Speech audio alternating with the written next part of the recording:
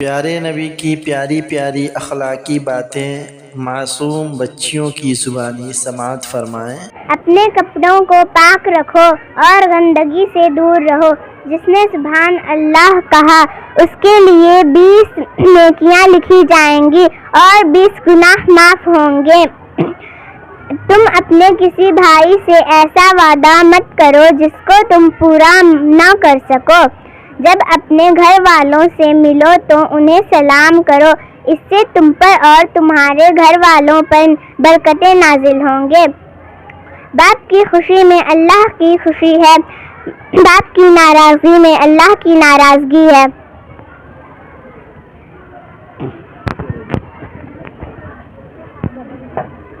سبق نمبر 3، کھڑے ہو کر پیشاب نہ کیا کرو۔ نمبر 2، اللہ تعالیٰ نے دن رات میں 5 نمازیں بندوں پر فرض کی ہیں۔ نمبر 3، غصہ مت کیا کرو۔ نمبر 4، سب لوگ ایک ساتھ کھانا کھاؤ، الگ الگ مت کھاؤ۔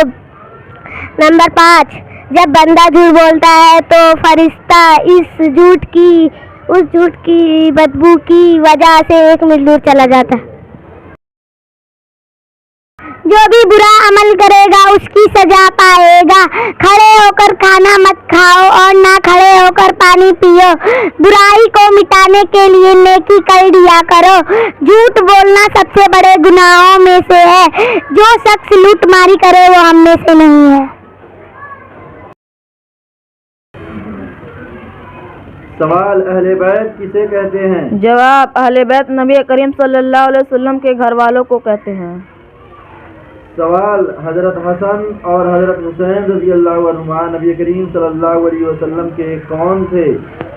جواب، حضرت حسن رضی اللہ عنہ اور حضرت حسین رضی اللہ عنہ نبی کریم صلی اللہ علیہ وسلم کے نواسے تھے۔ سوال، جنتی مردوں کے سردار کون ہوں گے؟ جواب، جنتی مردوں کے سردار حضرت حسن اور حضرت حسین رضی اللہ عنہما ہوں گے۔